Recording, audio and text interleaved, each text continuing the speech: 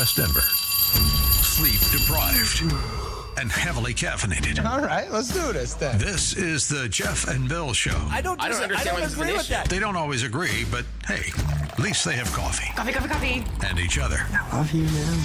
God help us. I want to bless him. We need all the help we can get. Now here's Jeff Hunt and Bill Thorpe. The Jeff and Bill Show on News Talk 710 KNUS.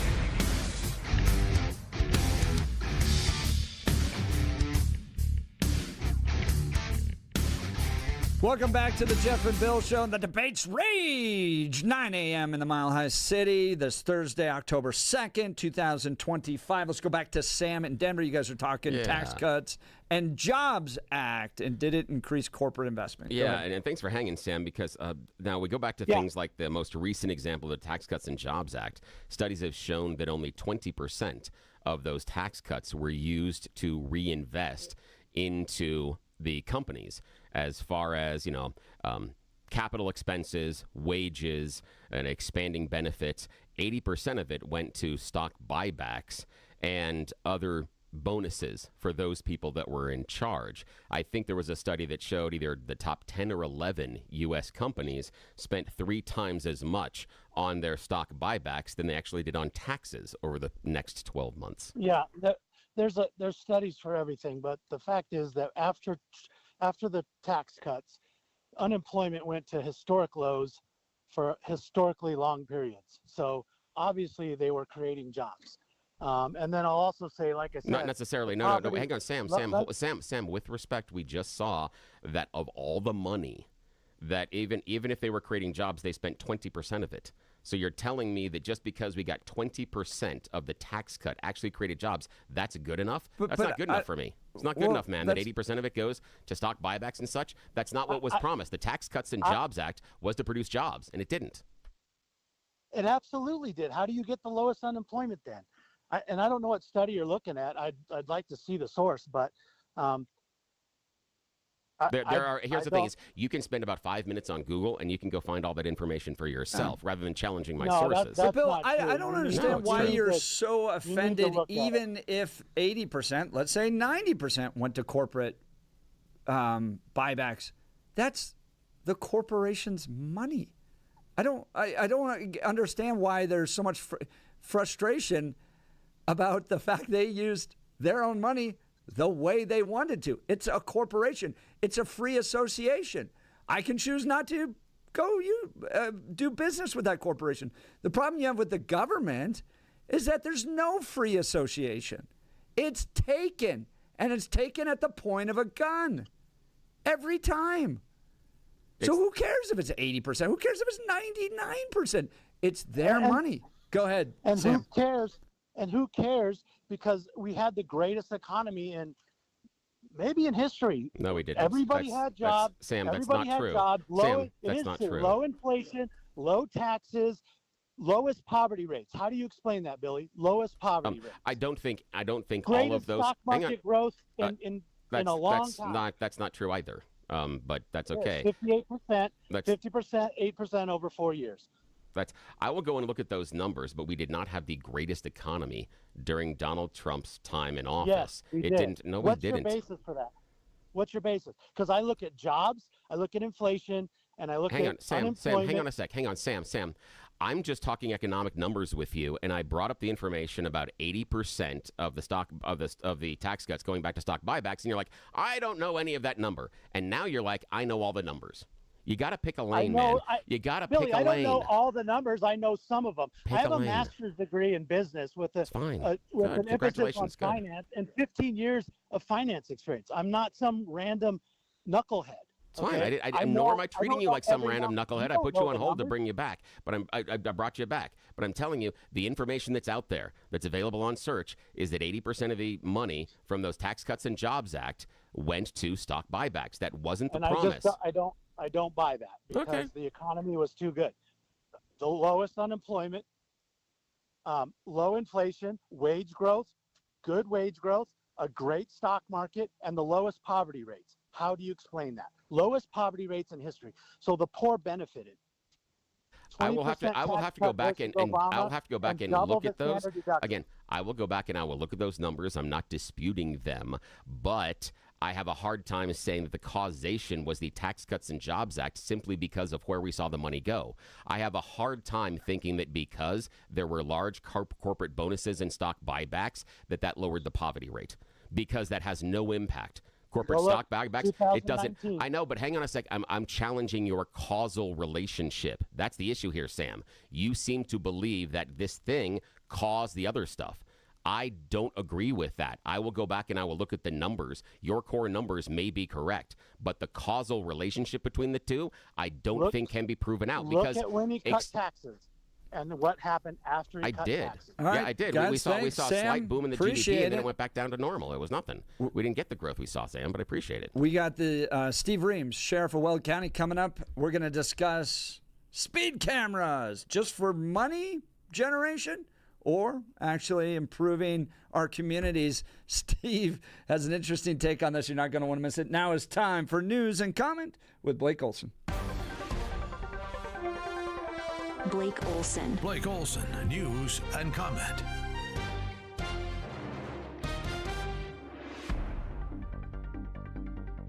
And sunny in Denver, expecting a high of 82 today. This portion of the news sponsored by Pastor Camp Heating and Air Conditioning at 303-777-1234 to learn more about special savings opportunities on Lennox equipment.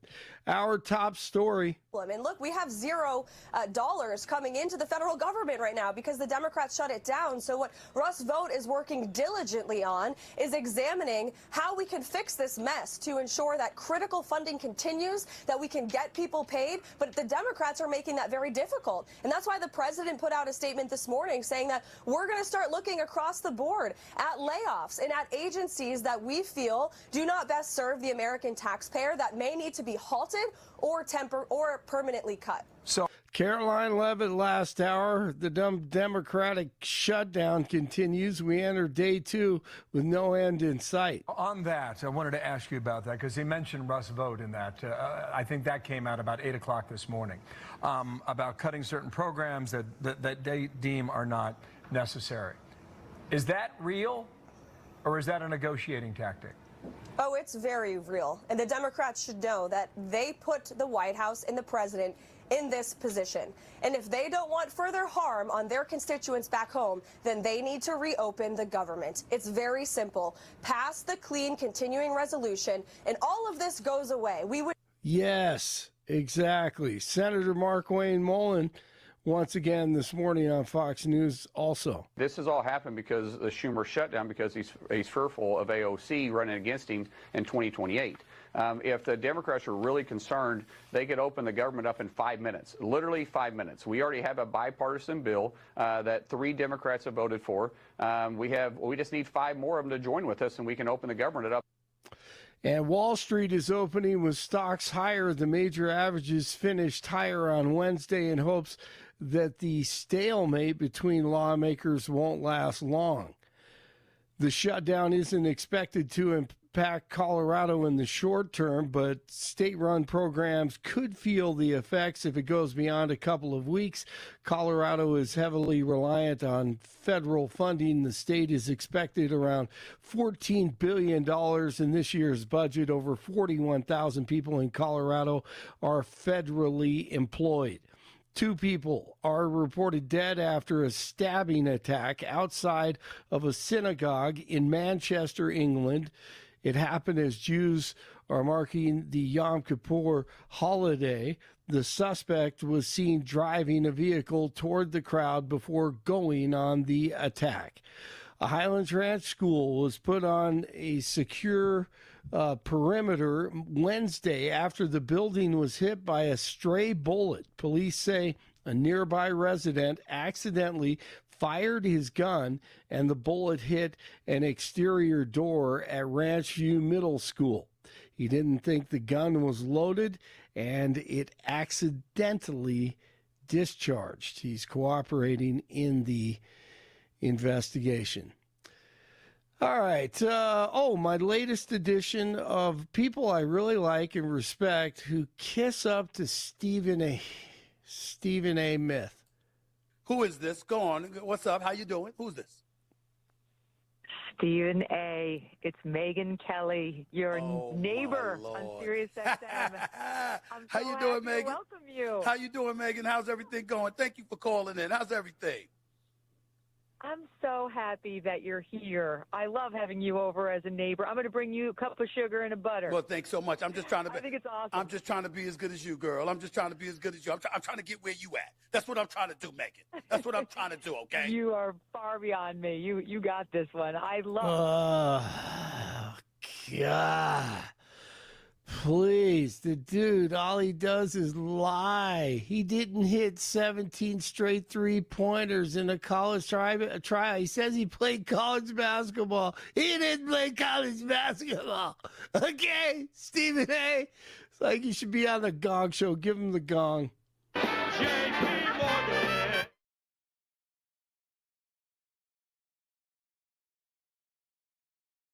Stephen A.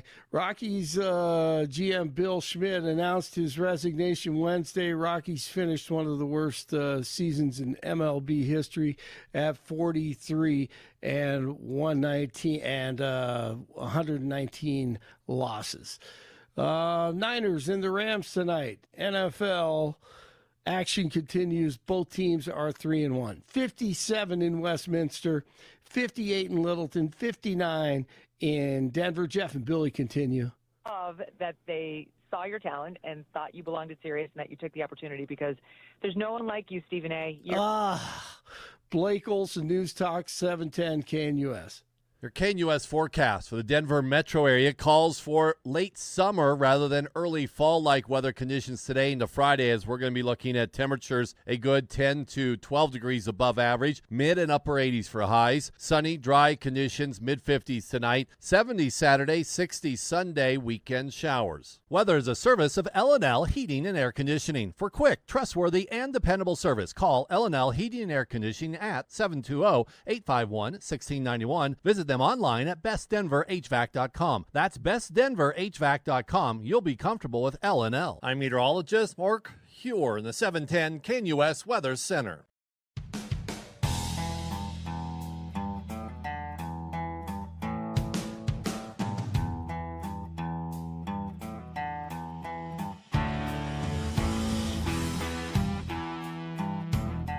I love this guy.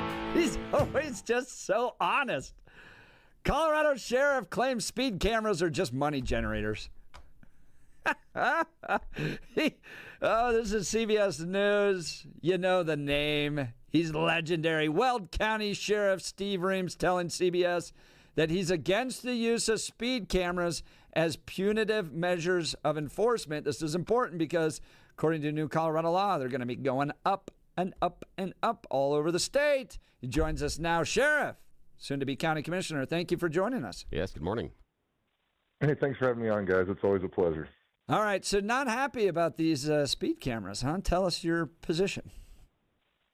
So, it's kind of interesting how this whole thing ended up in the news, to be honest with you. I mean, I get a ton of calls from constituents or Facebook messages or, whatever. Somebody's reaching out to me and saying, hey, are these things legal and why are they going up? And I always get those phone calls because, I'm the sheriff in Weld County, and a lot of people assume that whatever happens in any jurisdiction that I'm responsible for. And, so I keep telling these people, hey, this isn't a county function. I don't like them. I don't want them out there either. But they're going up in some of the municipalities within the county. And so people are getting frustrated with them. I am too. I have to drive through these same areas. And what I tell people is, hey, you need to go to those city councils and voice your displeasure. But really what it comes down to is I don't think most people can really look at it and say, does the ends justify the means? And, the Greeley police chief made probably the best argument I've heard for why he's using them. He says, hey, I have speeding concerns in these particular issues, and I just don't have the officers to dedicate to that particular need. So we're being responsive to the citizens and putting these cameras out in those areas. And that's fine. The question I have is, well, is it impacting the issue? So if you're putting these speed cameras out, is it slowing traffic down? are those complaints ending? Because if it is, great. But if it's not, then you say, okay, well then what are you getting? What are you getting from this? And I think we all know in many of these instances it's just revenue. And there's a couple of other municipalities that are using them in the county that, I mean, I'm getting a ton of people asking about them, and it just doesn't look like the camera is there to fix a problem. The camera is there to generate revenue. Dollar bills, y'all. That's Steve Reams, Weld County Sheriff, joining us. He's running for county commissioner as well. Steve, Fort Collins putting in 12 of these. And I understand as a safety mechanism how they could be helpful. I think I would be most willing to put these in like construction zones, right? Because you're dealing with lives. Oftentimes, folks like racing through a construction zone. Some guy's out there just trying to, jackhammer something away, and he, as some guy's out of control. Yeah, dude, I want you to get popped.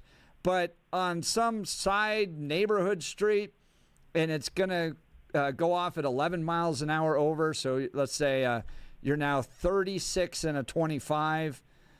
Yeah, that's probably, if you're putting them all over the neighborhoods, you're probably just doing it mostly for revenue streams. I mean, what do you think about the construction zones versus just kind of putting them all throughout the neighborhoods? There's probably an application for them in certain situations. School zones, I think we all want kids to be safe as they're going to and from school, and that's where you often see officers, working traffic enforcement. Maybe a speed camera makes more sense there. Construction zones, there's probably merit for that. But really, I think the best deterrent is when you have a live officer sitting there who can target the real problem driver.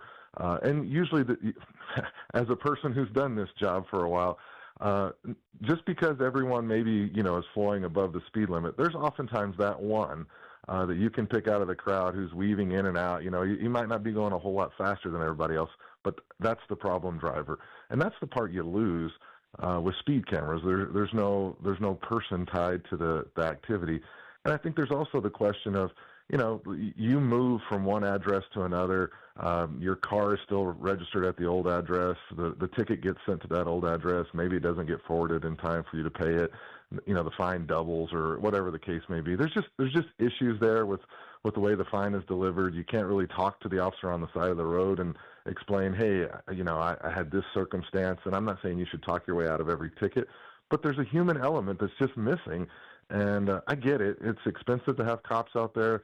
But I'm not for the big brother state. I don't like it. And, I guess there's certain applications, but, they're very limited in my mind. And that's not where you're really seeing a lot of these speed cameras go up. That voice you're hearing is Steve Reams, Weld County Sheriff, claiming speed cameras are just money generators. Headline out of CBS 4. Talk to us about that educational component. I'm always intrigued by this. I used to laughingly joke in my early 20s, I probably was on a first name basis with most of the Colorado State Patrol. But talk to us about that important element. You're dealing with young people making bad decisions. You're dealing with somebody maybe going through a crisis. Maybe somebody needs that officer intervention just to get their life straightened out, and collecting a series of tickets isn't going to do it. Why is that in-person component so important, so educational? So oftentimes, even for my agency, about 30% of our traffic contacts end with a summons, but that tells you 70% of them end with a warning or, some other means. And I think those roadside conversations oftentimes, they're humanistic. They take into account what's going on. And honestly, a lot of times when you're standing on the side of the road talking to a person, you say, hey, we're out here doing traffic enforcement because we've had a lot of accidents in this area. We don't want you to be part of that. And people go, oh, man, I wasn't aware. And that will change a behavior far more than just saying, here's your ticket, don't do that ever again. And plus, I think there's just the whole process of, you get to know your law enforcement officer. I can tell you as a kid, especially as a young driver, I had plenty of encounters with law enforcement, and I deserved some tickets at times. And there were other times when the cop said, hey, I'd like to make sure that you make it to your 18th birthday. And that was way more impactful to me than someone writing me a ticket. So, there's that humanistic approach, and you just lose that. Again, I get it. There's, agencies are strapped for personnel. I just don't know if this is the best answer. It certainly won't be the answer for my organization. That is Sheriff Steve Reams. He's joining Jeff and Bill live because we have questions about speeding cameras. Sheriff Reams, not necessarily a fan, but he's getting complaints from constituents because municipalities that he's not responsible for directly, city councilors setting up the cameras, not him.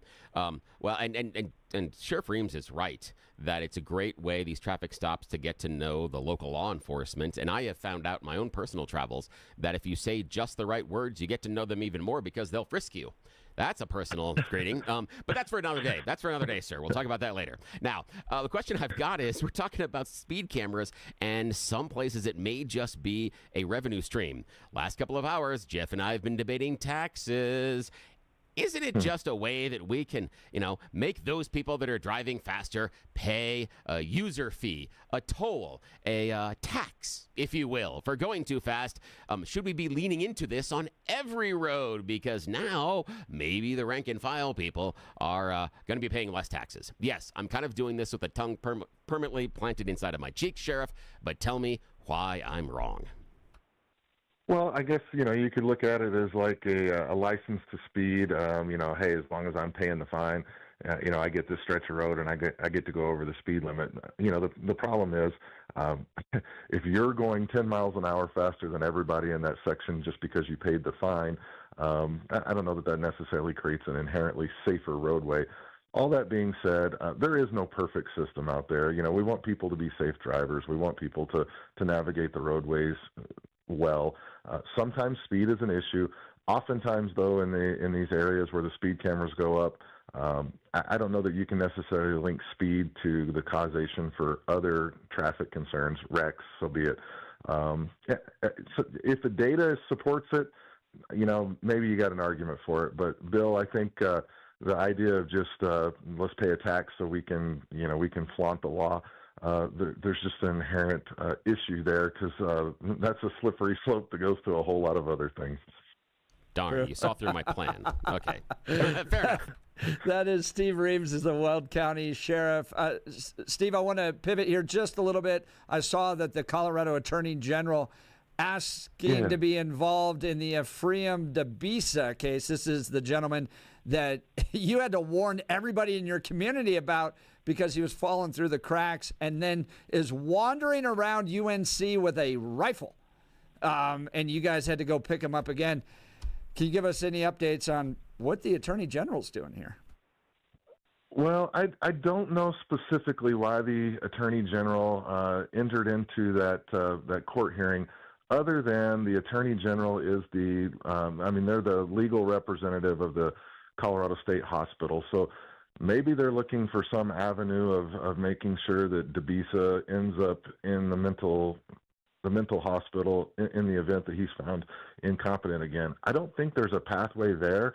It's been explored many times over, but maybe Phil Weiser is so much wiser than the rest of us that he's going to figure out a pathway that DeBisa can end up inside of the Colorado State Mental Hospital for the rest of his life, because he certainly isn't going to follow the law if he's released out into the community. He's proven that many times over. I'd like to see him just go back to Tanzania. That's my solution. Here's what we need to do in order to get Phil Weiser to be super concerned about him: change his last name to Trump. He seems to have a real issue with people with last name of Trump. Just saying, you probably really focus on it there. That's one of the smartest things you've ever said. I love it. All right, that's it, guys. I got to go home. I'm not allowed to do anything more on the show. I got to go home now. Now, Sheriff, now I want to ask you something. It's not necessarily personal, but I want to say it's an insight. I want to give our audience a little bit of a window into some of the things that you're dealing with right now. What is one of the real big challenges that our local law enforcement community is facing that us out there just going through our normal jobs don't understand? What's something there that's really weighing on the law enforcement community that's really making it difficult right now? What can you share with us? Yeah. It's the Colorado legislature initiated bail reform in the Summer of Love in 2020. And that's such a bad terminology to use, because bail reform sounds like, oh, we fixed something. Really what they did was screwed the system. And so everybody who gets arrested is being arrested because there's probable cause that they committed a crime. They need to go before a judge. And before bail reform, there was a lot of back and forth between the district attorney, the defense attorney, and the judge, and a bail would be set on this particular person to find out, if they're a risk to the community, they need to have some skin in the game of whether or not they're going to get released. They need to have some cash in the game. Well, with bail reform, everything went to what they call personal recognizance. So everybody's pretty much signing themselves out of jail with a signature and saying, oh, I promise I'll come back to court. Well, you might be surprised by this, but criminals aren't very trustworthy in a lot of cases, and they just don't come back. So they get out and they commit crime after crime after crime. We'll arrest the same person 12 or 13 times before they're finally in jail for a charge that's high enough to keep them there. And I'm telling you, it's so much more effort for law enforcement. I use this term way too often, but it's another way that it's just demoralizing to the law enforcement community to have to arrest the same offender over and over. And, the cops, that's job security, but think how many victims there are along the way for this guy who should have never been out in society. It's a failing of our system. It's one of those things that most citizens don't see. Thankfully, they're not the victim of this offender's crime, but it's repeated and repeated, and it just keeps happening in this state. You couple that with some of our changes in the mental health stuff, like with Mr. DeBisa, and it's a compounding effect that it's just demoralizing to law enforcement. I'm so grateful that people keep signing up to do this job, because they're walking into an extraordinarily tough environment in Colorado, but that tells you how dedicated the people in law enforcement truly are. I don't think they get the credit they deserve by half as much. So, that's the long answer to an easy question, I guess. But letting offenders out is not the answer. Oh, Sheriff, that's got to be so tough, and I can see that idea of knowing that the people that take the oath and put on the badge and know that their life can be on the line, and any day they show up to work, that they're trying to prevent the rest of the community from being victimized, and the system is set up to allow certain criminals to continue to create more and more victims until the system decides to take it seriously. That's got to be really tough, because they're there to prevent people from being victimized, and they have to stand there and watch it happen over and over again, and they know who's responsible, and the system tells them they can't. That's hard. That's really hard, man. Yeah, that's a great summary of it, Bill. And it's for those of us that are working in this profession, and I still call it a profession. It's not just a job. I credit those folks, because it's a harder environment to be a law enforcement professional than it's ever been. And again, they don't get nearly the credit they deserve. That's Steve Reams, Weld County Sheriff. He's now running for county commissioner. Sheriff, are you going to be able to make that transition over to that job? There's a lot less door kicking in. Although you do get to sit at committee meetings. Yeah, so. But you should bring the handcuffs, I'm just saying, just in case. My focus on public safety is not going to change. I mean, I think I'll be looking at things from a different perspective, obviously. But 29 years with the Weld County Sheriff's Office, I'm ready to turn it over to someone else. And there's a great guy coming up behind me that I think is going to take the agency probably in an even better direction than what I could. And it'll be nice to watch from the sidelines and kind of focus my attention on a little broader scale. It will be different, but I'll still be engaged in the community, still be engaged in Weld County as a whole. And, again, I'm always going to be a public safety guy. And even if I'm just doing it from the sidelines and helping the sheriff's office, that's okay. I've done my part, and I'm happy to make the transition. It's time for a new leaf in life. Those of us that look at Colorado and the challenges it's facing can oftentimes be sad with the direction of the state legislature, with the governor's office, the senators, all that. And then you get these gems like Danielle Jurinsky, Steve Reams, that in their communities are leading so well. It gives you great hope that not all is lost in Colorado. You can go live in a great place like Weld County because it's going to have, hopefully, a county commissioner there named Steve Reams. His website, Reams for Commissioner, reamsforcommissioner.com, reamsforcommissioner.com. Go support him and invest in these great community leaders. 29 years with Weld County Sheriffs, now heading on over to serve as a county commissioner. Love it. Steve, I always appreciate it. Thank you for your time today, sir. Yes, thank you so much. Thank you, guys, and keep up the good debate. That's what we do. And Yeah, speaking of that, join the conversation. Maybe you look at these traffic cameras and you're like, great, they're safety. They force you to slow down. No more personal determination as to whether or not you get a ticket. You speed, you get the ticket. You have to slow down now. Maybe you look at these cameras that way. Or maybe, like Steve, you go, look, these are revenue generators, and an important component of policing is personal interaction. That's being taken away. Give us a call, 303-696-1971. Text us on the Dan Caplis Law text line at 720-819-5115. Guys, let's talk Guy Rees. Top of the line Hunter Douglas custom blinds, shades, and shutters at Guy Rees all throughout Denver. They are the city leader in providing those high quality Hunter Douglas custom blinds, shades, and shutters. Look, we've never had a personal design consultant. I painted in our house if things needed changing, and that unfortunately restricted the great design capabilities that we could have in our home. So we went to Guy Rees. My wife got to ask a personal design consultant 1,000 questions. They walk through all the different types of blinds, shades, and shutters they have from Hunter Douglas there. They have paint samples. They've got home decor samples. They have it all there. And best of all, they come right out to your home. So you can get that in-person, in-home design consultant. They brought shade samples. They brought paint samples. All that stuff, we could see what it looked like right in our own home. And we have new custom Hunter Douglas blind, shades, and shutters. We love them. They're on remote controls, which is just amazing. So we've been thrilled. You can get the same expert advice in your own home. Do yourself a favor. Get started today by visiting GuyRees.com. That's GUIRYS.com, GUIRYS.com to schedule your in-home consultation. You'll be sure to thank me. Go check out the great people at Guy Rees. We'll continue with your phone calls and texts. You're listening to The Jeff and Bill Show. This is Denver's Talk Leader News Talk 710 KNUS.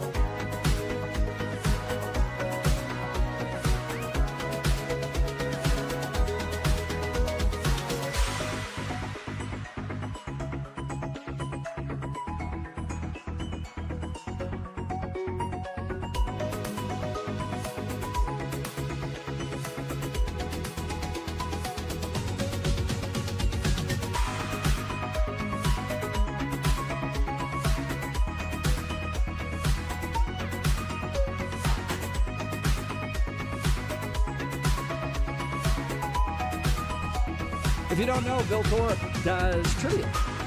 Yeah. You can actually go hang out with him in person. Yeah, you can. I'm at Dry Dock on Wednesdays, Hamden and Chambers. Had a great night last night. Not necessarily a big crowd, but had a new couple that came in. It was their first time. We chatted, but by the end of the night, they were hanging out with the table next to them, and they were all taking pictures, and they were sharing cell phone numbers. So, again, friendships were made despite what I was doing in the bar at the time. I got to ask you about trivia because I've only done it a few times. And I'm telling you, it's very easy when you know the answers. You Yeah, give them right. all to me, it's so easy. So well, easy. That's where I'm a little torn because there's a competitive element to me that's like, I'm going to win. Like, I need to stay focused and, most importantly, sober to win this thing, right? That's your problem. And then I imagine you have other people that are like, I'm just out for a good time. But I'm always afraid that the competitive side is going to take over, the let's have a fun time. And then I am conflicted. Yeah, there are a couple of teams that come.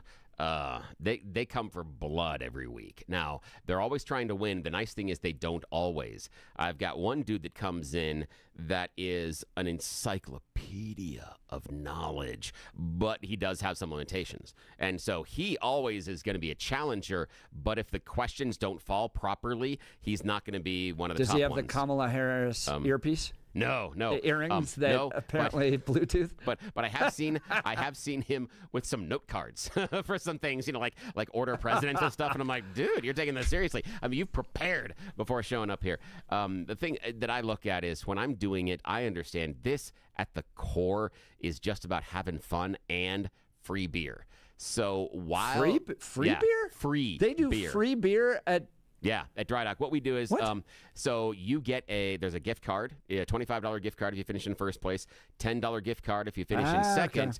But if you're willing to be a little silly with me along the way in the journey, I hand out free beers during the game. So just by doing a couple of silly things with me, you get a free beer immediately right there. And so that's part of it is I understand that competitive nature, but I'm also leaning into these people that I'm giving you a layup. I am giving you one of the easiest free beers you will ever earn in your life. And all you got to do is just be a little bit silly with me. That's it. So I think that's kind of why we designed it that way. Is you've got people that can be competitive, you can fall into the win, but also there's ways for you to just walk away with a free beer. Is defining Anti-Deficiency Act fall under your silliness? No, not at all. Not at all. But yeah, there are all sorts of things we'll do. So that's Wednesday nights at Dry Dock? Yeah, Wednesday nights at Dry Dock. We kick it off at 6 o'clock, and it's fun. Yeah. PM. And again, no pressure. We have a lot of fun. There's a food truck out there, so people get food. And again, I go. We have a lot of fun. I make fun of things. I make fun of myself. There are some times that people that are there know answers, and they'll make answer references to me sometimes, and it's great. It's the crowd there is good. What it's a is the bar. overlap in the crowd? How many people that show up for the trivia are listeners of the Jeff and Bill show? Less than 0.5%. It's a totally Very different few. crew. Yeah, it's a totally different crowd. So it's kind of cool. Every once in a while, I get people, and sometimes I've had people. I know your voice from somewhere, and they'll ask me, "Do you announce at this and this sporting event?" No, but that would be fun. Yeah, so I get that every once in a while, but not a lot. There are a handful of people that know my other life, but not a lot. Yeah. I think we should all go. We should have a 710 KNUS team. Kelly, Mark, there could be Adam. We should do one. Jim. We should pick the right one, like the right theme. That you guys could come in and do something that could be a lot of fun. Constitution Day, American History Day. Yeah, there have to be something. We'll talk about Maybe that. Not Taylor Swift or Harry Potter. Dude. We would fail. They're big so time. good. Maybe that's where I could go and just drink because I'm not going to do well with Taylor Swift. At all. And there's some regular teams that show up, and like on the Harry Potter one, there's this team of teachers, and I know that they know Harry Potter, so I know they're going to do well. There's this other older retired couple, and I'm like, ooh, you probably haven't seen these books, maybe even the movies at all. And so I knew they weren't going to do as well. So, yeah. So you can see that sometimes. But we did one a couple of weeks ago that was it was grunge rock and then boy bands. And you can imagine there's not a lot of overlap in the Venn diagram there. Yeah, so it was a complete flip-flop of the teams. The teams that were on top in round one were on the bottom in round two, and the teams that were on the bottom in round two or in round one were on the top in round two. That was fantastic to do. Yeah. All right, Mr. Thorpe, you putting out these speed cameras everywhere? Here's the thing. If I want to do it just blatantly as revenue, yeah, absolutely. On every corner. Yeah, if I'm doing it for revenue, yes. The question I've got is exactly what the sheriff outlined, and that is about the actual law enforcement and does it reach the goal of lowering the speeders. If that's my goal, then again, I'm targeting them. However, I can see how this is a really, really easy revenue generator, and I'm speaking of that as a lifelong Coloradan who has gone through Empire and gotten tickets. Just saying, you're running up that hill. Empire, yeah. And all of a sudden you get to Empire and it's like, hey, it's now 35. You're like, well, crap. And he sits either in the middle of town or at the end of town. Morrison take Morrison did that tens too. of thousands of dollars worth of tickets? Yeah, I've written them a check too. So, just saying. Just saying. One of us has a problem speeding in this conversation. That would be me. Yes. Well, like I said in the conversation with Steve Reams, putting them in, especially where when lives are at stake, that's where it changes for me. School zones and construction zones. Yeah. Right? That's where the speeding has to stop. And we got to put the more pain on in order to make that to stop. I get it. Random streets, and this is all going to change when we're all in Waymos, which will happen in the next 20 years anyways. No one's going to own cars anymore. No, we won't. Except for maybe ranch work, but it's mostly going to be Waymos. And it's actually quite relaxing, and you don't really notice going under the speed limit or right at the speed limit in those. So I think things will change there. I'm not a fan of putting them up except for where human life is at stake, and we got to clamp down on that. Speeding through construction zones. When you're worried about human life, I'm all on board with you. However, I can understand the revenue generating argument. Now, I'm not saying that's the direction I would go, but if we're going to be honest about it, that, hey, we're going to do this and we're going to clip you because this is also a great revenue generator. And if you sell it as, hey, on the other end, we'll lower our taxes. But the problem is that'll never happen because, as soon as it's a revenue generator, they're going to go, hey, we get to keep more of your taxes. Yeah, and we're going to spend all this more money. So, yeah, it doesn't get me to the end that I want it to, lowering your taxes. But if they're going to be honest about it, okay, fine. Yeah, because I feel like that's how some of this is done anyway. There are certain times and certain places around the month. What's that rule here in Colorado? Oh, it's getting near the end of the month. We've got to watch out for the speeders. Yeah, for the speed traps. Join the conversation. Give us a call, 303-696-1971, or text us on the Dan Caplis Law text line, 720-819-5115. Maybe you got a ridiculous way of getting out of tickets you'd be willing to share with the listeners of the Jeff and Bill Show. I was kind of disappointed when they changed the rule about us ignoring those, automatic camera speed traps. Because for a while, you didn't have to pay them because you weren't served, you weren't given it by an actual law enforcement There was a officer. guy that took a picture of money and sent it back to the police. Yeah. Okay. Again, we're going to be 100 on this show right now, and I'm sorry, Mom, if you're listening. I would ignore those tickets. I have a lot of them that they have my picture of me speeding, but I knew I didn't have to pay them because there was no enforcement mechanism.